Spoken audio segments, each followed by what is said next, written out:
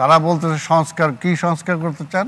রাজনীতি, প্রশাসন, সবকিছু। অর্থাৎ যে জায়গায় রাজনীতিবিদদের এবং রাজনৈতিক দলগুলোকে দেখা যেতে তারা হেয় প্রতিপন্ন করতে চায়, রাজনীতিবিদের চরিত্র হনন করতে চায়, এইটা তো আর কোনো সংস্কারের পথ না।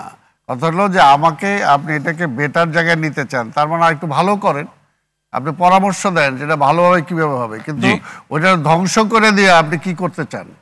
এটা তো তার মানে ওইটাই যে আপনি বিরাজনীতিকরণের দিকে যাচ্ছেন। এখানে তো একটা কথা পরিষ্কার, যে আমরা বলি বা না বলি, যে কথা যা দেখেন, আওয়ামী লীগ যেটা ক্ষমতায় ছিল জোর করে, তারা প্রতিবেশীর চাপে অনেক সিদ্ধান্ত নিছে, বাধ্য হয়েছে, অনেক চুক্তি করেছে, অনেক, ওই তো বললাম সিদ্ধান্ত বলি বা চুক্তি বলি। তাহলে এই সরকারও কি তাই করছে? এখন যদি এই প্রশ্নটা আসে যে এই সরকারও কি তাই করছে, আজকে তো পরিষ্কার, আজকে এই সরকারের কাছে ওরাও তো সরকারের পার্ট, ছাত্ররা যারা আছে, কিন্তু সেটা তো তারা স্বীকার করে না, স্বীকার করা বা না করা না, বাস্তবতা যেটা, তার তো প্রতিনিধি আছে সেখানে, তাই না? যেটা অস্বীকার করার কোনো জো নাই। দেখেন তারা সরকারে আছে, আবার একই জায়গায় দেখা গেল যে হামিদ সাহেব চলে গেল আগের দিন, হামিদ সাহেব আগের দিন চলে গেল, তাহলে এই সরকার জানে না?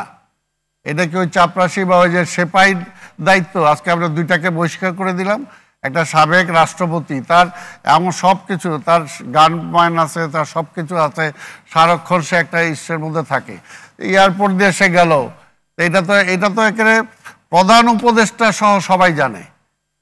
একদিক দিয়ে আপনি তাকে যাইতে দিলেন, আবার পরের দিক দিয়ে এদেরকে বললেন আন্দোলন করো, আবার তারপরে এটা কর, তার মানে এগুলো কি? আমার কথা হলো যে আজকের ছাত্ররা যদি এটার পার্টি হয়, তাহলে আজকে ছাত্ররাই বা একটা বিষয়ের জন্য আন্দোলন করে তারপর সেটা আদায় করতে হবে কেন? তার মানে এটা কি করতো? তার মানে কি সরকার জেনে শুনে করতেছে, নাকি আজকে ক্রাইসিসের মধ্যে ঠেলে দেওয়ার জন্য চেষ্টা করতেছে? আজকে কোনটা বুঝবো?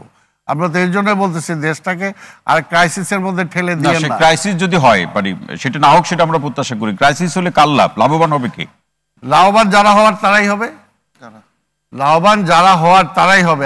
আগে এর আগে যে ফ্যাসিবাদ আসলো, সে কার লাভবানের জন্য কাজ করছে? সে তো জনগণের জন্য লাভবানের জন্য কাজ করে নাই। আজকের এই সরকারকে তো আমরা আনলাম যে জনগণের লাভবানের জন্য, যেটা অ্যাডভোকেট সাহেব বললো, যে আজকে এই সরকারের তো এটা সোজা কথা যে আসছেই তার একটা লিমিটেড কাজ করার জন্য। আজকে সে এত ওয়াইড করে কেন করে ফেললো? সে এটা তো তারই না, কাজ না। আমরা তো এই কথাটা বারবার বলছি, সরকার যখন কোনো না কোনো পক্ষ থেকে সমর্থন পাবে তখন তো সে সমর্থন না সমর্থন ব্যাপার না, আপনার এখতিয়ারই নাই,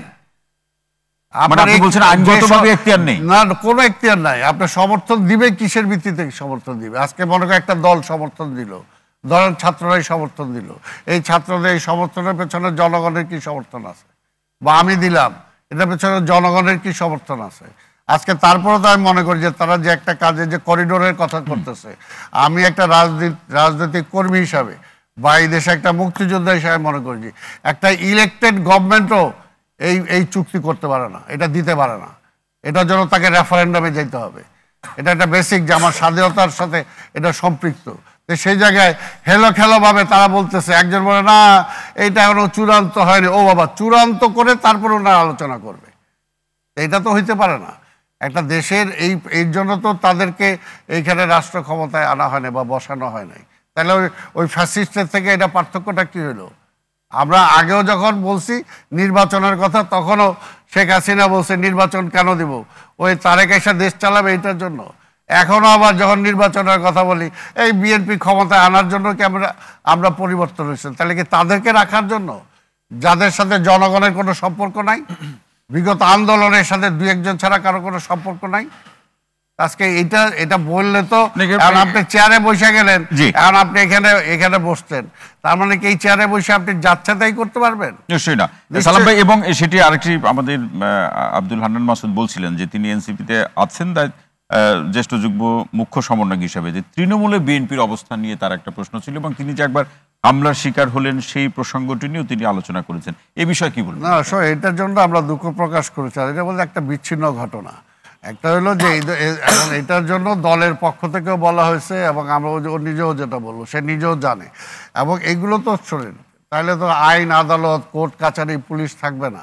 অন্যায় অপরাধ যে কোনো জায়গায় হইতে পারে। আর কথা হলো যে আমি সেটাকে করতেছি কিনা, সাপোর্ট করতেছি কিনা সেটাকে দেখতে হবে। আমরা তো সেটা চাইনি, আমরা চাইও না সেটা।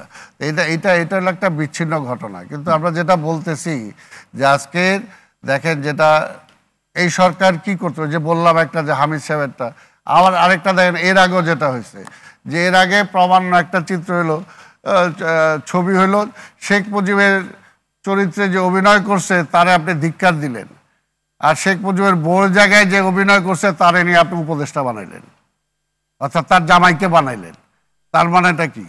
তার মানে তো এইটাও স্বেচ্ছাচারিতা, অর্থাৎ এটা স্বেচ্ছাচারিতা। আপনি ইচ্ছা হলেও আপনার তাহলে এটা কি আপনি আলোচনা করছেন রাজনৈতিক দলগুলোর সাথে বা ছাত্রদের সাথে?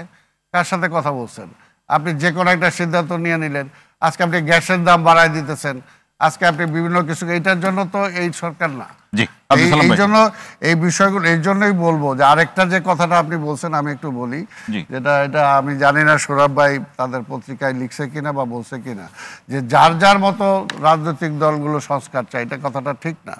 আমরা সংস্কার এটি একটা ফোরামে বা কনফারেন্সে আলোচনা হয়েছে এবং এইভাবেই এটা যদি কেউ বলে থাকে এটা ঠিক না। আমি এই জন্যই বলতেছি যে দেখেন আমরা সংস্কার চাইছি কিন্তু ফ্যাসিবাদ থাকাকালীন, এবং আমরা রবিবারে আলোচনা হয়েছে গত সোমবারে। আমি সেটাই বলতে, যদি কেউ বলে থাকে এটা রং বলতে, এবং আমাদের যে চাওয়াটা সেই চাওয়াটা কিন্তু শুধু বিএনপির চাওয়া না। আজকে যে 31 দফাটা হয়েছে সেটা আন্দোলনকারী সকল ইভেন জামাত, তাদের সাথেও কিন্তু মত বিনিময় করা হয়েছে এই 31 দফা নিয়ে। কিন্তু জামাতের সাথে তো এখন আপনাদের বিস্তর যোজন দূরত্ব হইতেই পারে, সেটা হইতে পারে, কিন্তু আমার কথা হলো যে আজকে টার্গেটটা কি? আমার সাথে আপনার দূরত্ব হইলো বলে কি রাষ্ট্রীয় যে আছে সেটা পরিবর্তন হয়ে যাবে নাকি? এটা তো পরিবর্তন, সেটার জন্য কি আজকে কেয়ারটেকার গভর্নমেন্টের ক্যারেক্টার চেঞ্জ হয়ে যাবে? যে জামাত বলতেছে এই জন্য আমি শুনলাম না, বা বিএনপি বলতেছে আমি যেন শুনলাম, নো। তার তো গাইডলাইনের মধ্যেই চলতে হবে, তার ডিরেকশনের মধ্যে, তার ডিরেকশনে এসে চলতে হবে।